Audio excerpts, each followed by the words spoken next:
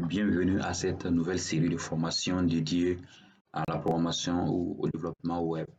Donc, cette formation sera concentrée seulement sur le web, donc du début jusqu'à la fin. Donc, aujourd'hui, nous allons commencer la programmation proprement dit. Comme la dernière fois, nous avons vu, c'est la dernière vidéo, nous avons vu les outils que nous avons besoin pour commencer à programmer un site web. Donc, aujourd'hui, nous allons commencer à exploiter ces outils pour mettre en place notre site web. Donc, pour tout commencer, nous allons créer un dossier. Nous allons créer un dossier que nous allons nommer, je dirais, nous allons nommer le dossier formation. Donc, on va le nommer formation seulement. Formation. Donc, c'est que tous les fichiers de notre site web seront contenus dans ce dossier. Donc, c'est dans ce dossier que nous allons mettre nos images, que ce soit notre fichier CSS, tout le nécessaire pour mettre en place notre site web sera dans ce dossier. Donc, ensuite, comme je vous l'avais dit aussi, je vais utiliser l'éditeur de test Bracket pour programmer. Donc, nous allons aller pour montrer comment est-ce qu'on peut créer notre premier fichier HTML. Donc, nous lançons Bracket. Et quand nous lançons Bracket, nous regardons en haut sur la barre des onglets, nous verrons Fichier, Modifier, Recherche, Affichage, Naviguer, Débugger, Aide et Email. Donc, nous pouvons prendre la partie Fichier. Donc, quand nous prenons la partie Fichier, nous verrons qu'il y a Nouveau, Ouvrir un dossier. Donc, il y a Nouveau ici. Ouvrir, c'est que Nouveau, c'est un nouveau fichier que nous voulons créer. Il y a Ouvrir, c'est-à-dire que s'il existait un fichier que nous avons déjà commencer à coder et qu'il existe, on n'a plus besoin de créer un nouveau, mais on ouvre et on sélectionne le fichier sur lequel on travaille et on continue le travail. Donc, ouvrir un dossier, c'est-à-dire quoi? Si nous avons, c'est comme tout à l'heure, nous avons créé notre dossier formation. Supposons que nous avons déjà mis en place un dossier et que le dossier contient nos fichiers sources de notre site web. Donc, on n'a plus besoin d'ouvrir, puisque quand on ouvre, c'est un seul fichier qu'on prend. Mais quand on prend et ouvrir un dossier, on sélectionne le dossier entier où nos fichiers sources sont. Donc, il y a les fichiers récents, ce sont les fichiers que j'ai déjà travaillé sur Bracket ici.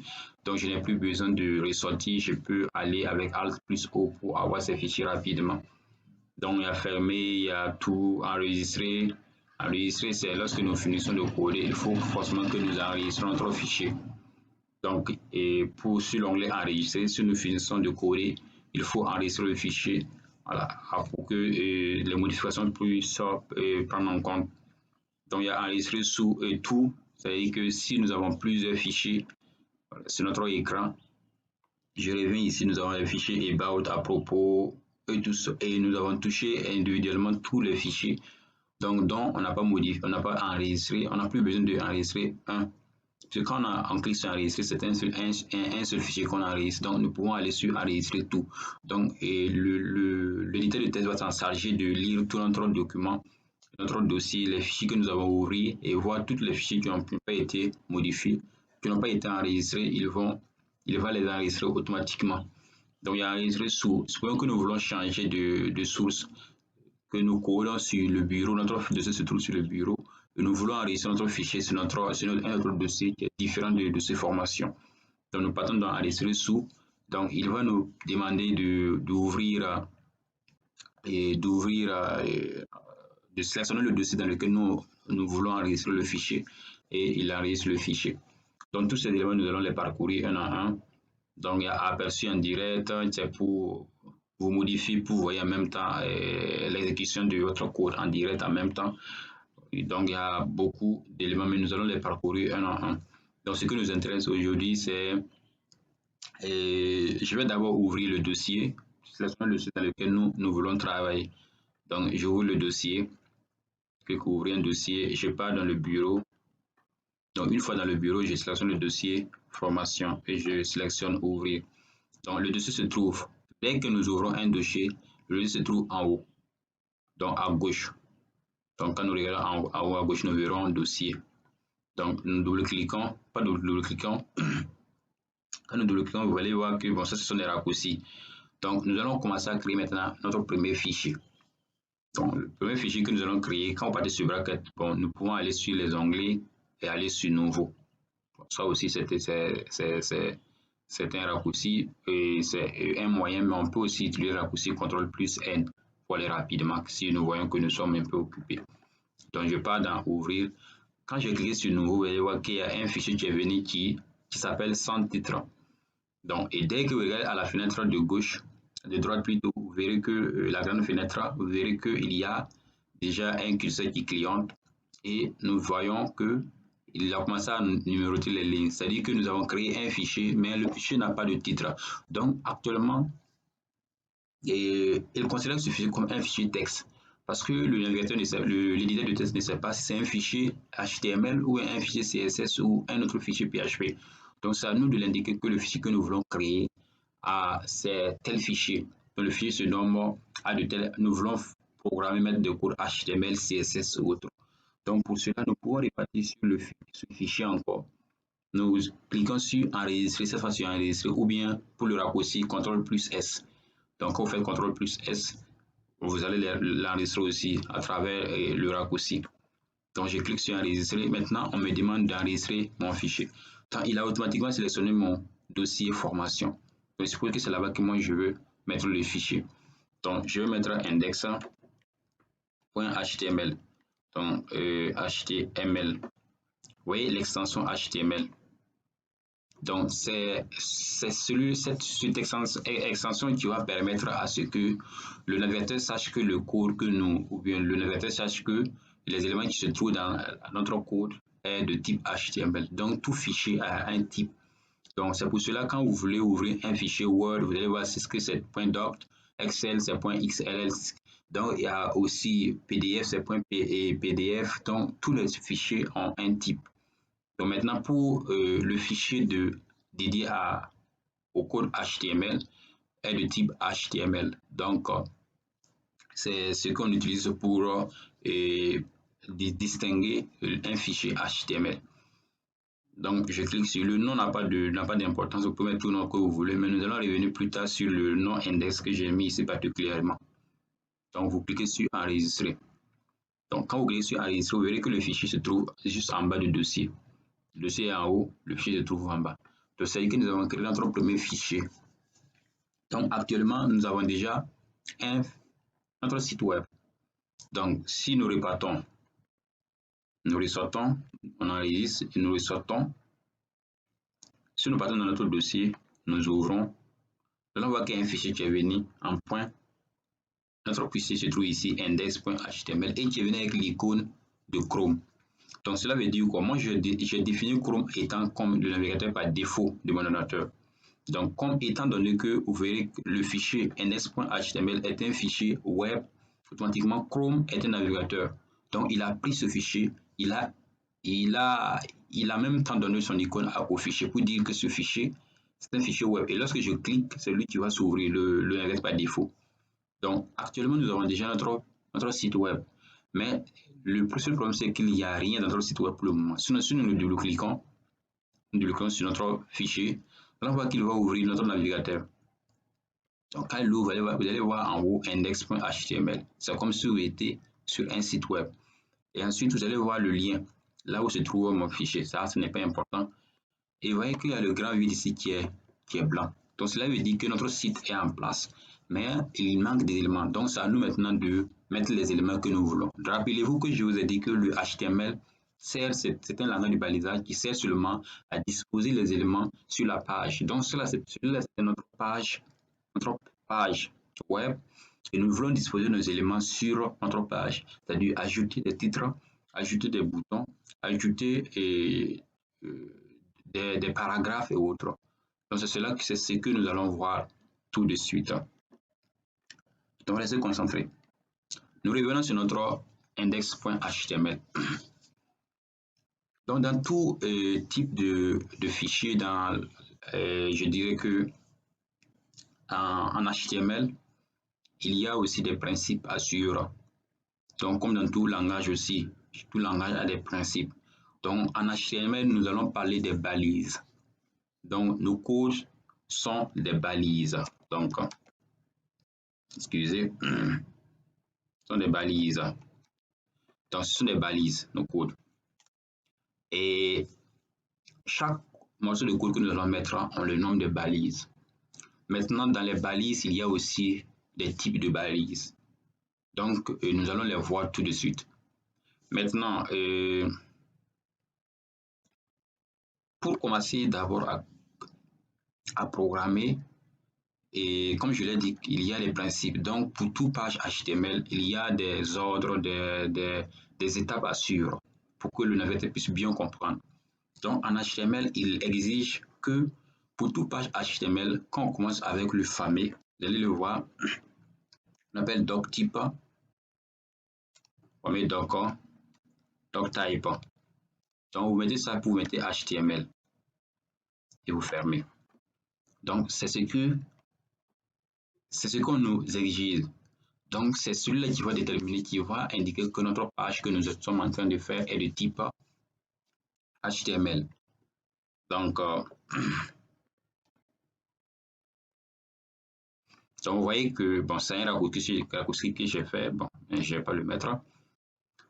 Donc, ensuite, il y a aussi une autre étape. Il y a une balise. Comme je vous ai déjà dit qu'il y a des balises en HTML.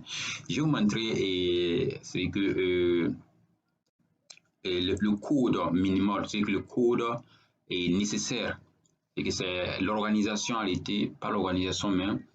Je dirais que c'est le principe, voilà, le principe de l'HTML. Donc, il existe que après avoir fait le doctype, notre code que nous voulons mettre à l'intérieur doit être entouré par une balise qu'on appelle HTML. Donc, lui, on appelle HTML. Donc, c'est HTML. Et on ferme.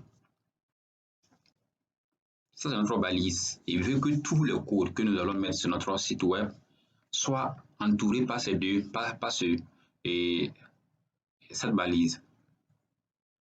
Ensuite, il y a aussi, quand vous repartez dans tous les types de sites web, les sites web sont divisés en deux parties. Vous allez voir qu'il y a le haut, il y a le milieu, il y a le bas. Donc, en Twitter, nous allons l'appeler le head, le body et le footer. Donc, il existe aussi qu'il y a des codes spécifiques qui nous permettent de délimiter ces différentes zones, comme je l'ai tantôt dit. Sur cette image, celui-là est présenté comme étant une page web. Donc, vous verrez que à partir de ce niveau, ça, c'est le head, comme je l'ai dit. C'est le haut de la page. Et quand vous regardez après le haut de la page, il y a une délimitation. Et tout cette bloc constitue le corps de notre site web. Donc, tout cette bloc, quand vous voyez l'orange, c'est jaune, tout cette bloc constitue notre body. Maintenant, vous allez voir qu'il y a une autre barre qui est en bas, un peu grisée. Ça constitue notre footer, c'est-à-dire le pied de page. Donc, ça, c'est la tête, le corps et le pied. Donc, quand nous revenons ici, après avoir mis HTML, il faut indiquer la tête. La tête va prendre tous les éléments qui constituent, c'est-à-dire ça peut être les liens CSS, ça peut être souvent un lien script, ça peut être le titre de votre page. Donc, tous les icônes, tout ce qui est lié à ces trucs se trouve, et l'encodage, c'est-à-dire que les contenus, la description des contenus et autres se trouve dans la tête de la page. Et donc, la balise que nous utilisons pour le faire s'appelle la balise header. Donc, vous allez voir que la balise header, il est déjà là. Donc, quand je clique sur Entrée, je ferme. Donc, quand je ferme, je dirais qu'il y a des raccourcis. Il y a des raccourcis que Bracket donne. Donc, dès que j'ai fermé avec celui-là, dès que je le ferme, automatiquement, Bracket crée celui-là. En même temps, pour me permettre d'aller rapidement. Donc, que je disais que ça permet d'aller rapidement. Donc, vous voyez que moi, j'ai mis le head. Ensuite, je pars sur le second. Le corps. Le corps, la balise que nous allons utiliser pour faire le corps s'appelle body. Donc, quand je mets body, également c'est venu. Ensuite, Le footer principalement se trouve dans le body. Donc, souvent, on n'a même pas besoin de mettre le footer, souvent on l'ignore. Mais ça savoir que le footer se trouve au niveau du body. Donc, le footer se trouve juste en bas du body. Et même au niveau du body aussi, il y a d'autres éléments que nous allons ajouter plus tard. Donc, quand vous répartez, quand je fais le raccourci, vous verrez qu'en réalité, il n'a même pas mis le head ici, le footer ici. Bon, mais ça, il est nécessaire de mettre le footer puisqu'il y a toujours un footer dans un site web. Donc, sur ce, je vais supprimer celui-là. Repartons encore sur ce que nous sommes, là où nous étions. Donc, cette partie, ça montre c'est tous les différents liens, que ce soit le CSS, comme je l'ai dit, le CSS, les liens JavaScript, les icônes que nous voulons mettre et la description, c'est-à-dire que l'encodage, si nous voulons que notre site web puisse tenir compte des accents et autres. Donc, tout ceci est nécessaire, le titre de notre page se trouve et tout cela va. Maintenant, dans le body, maintenant, c'est tout ce qui concerne notre corps. Ce qui concerne notre corps, le corps de notre site, comme je vous ai déjà montré dans l'image ici. Voici le corps. Ensuite, nous parlons un peu du footer. Mais en réalité, là, ce que je suis en train de parler actuellement, le head, dans le head, nous n'allons pas mettre celui-là. Le head, nous n'allons pas mettre celui-là. Le head va seulement concerner comme les titres, c'est-à-dire que les titres. Quand je parle de titre, je parle tantôt de, je vais vous montrer une petite sauge pour que vous connaissez, vous comprenez quand je parle de titre. Donc, vous voyez ici, il a mis index.html. Donc, c'est parce qu'il n'y a pas de titre qu'il a mis index.html. Celui-là concerne notre, c'est comme notre titre. Maintenant, j'irai changer un peu un titre pour mieux vous expliquer. Donc, quand on met titre, et je peux mettre ma page web. Donc, si je mets celui-là et je pars vérifier, j'actualise. Vous voyez quand oui, c'est devenu ma page web. Donc, c'est-à-dire que le titre, on remplace le titre par le lien. Maintenant, celui-là concerne notre titre. Donc, dans notre head, nous n'allons pas mettre quelque chose qui va s'afficher ici dans notre head. Ce sera peut-être les liens CSS et autres.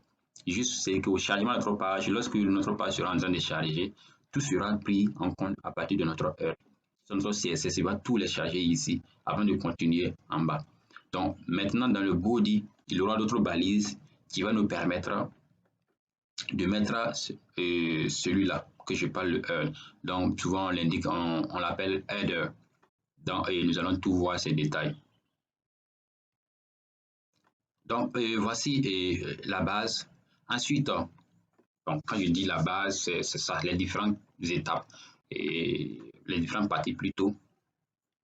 On exige d'abord qu'on mette celui-là, doc type HTML, pour indiquer que notre travail que nous faisons est en HTML. Ensuite, il y a la balise HTML qui doit toujours englober, toujours clôturer et entourer tout notre code. Ensuite, il y a les différentes parties maintenant. Il y a le header qui indique, ça peut être le titre de notre page. Il y a les liens CSS, tout ce qui est comme description, les détails et autres pour nous voulons charger avant de commencer l'exécution de notre travail. Il y a le body qui concerne le corps. Donc, c'est dans le body que nous allons tout mettre comme étant les textes, étant les paragraphes, les images, tout c'est dans le body. Bon, souvent aussi dans le footer aussi, on le met, mais sous le footer aussi, c'est comme je vous l'ai dit, il est toujours en bas de la page. Il est en bas, souvent, il sert à mettre souvent le logo, les informations de contact. Il y a, on fait aussi, on met aussi souvent les liens, voilà, les liens où il peut cliquer pour se rediriger ou bien pour naviguer dans les pages. Donc, c'est ça l'utilité de footer. Mais on l'utilise beaucoup dans la plupart des sites web, il est utilisé. Donc, ça, c'est de façon basique ce que nous avons besoin de comprendre pour mettre en place notre site web.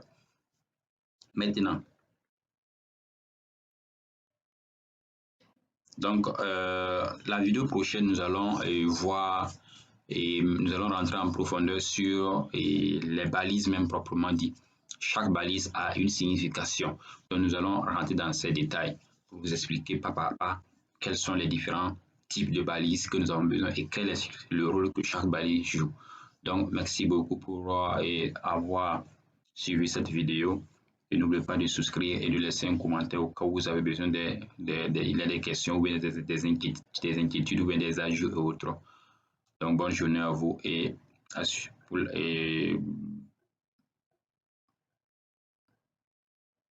la vidéo prochaine.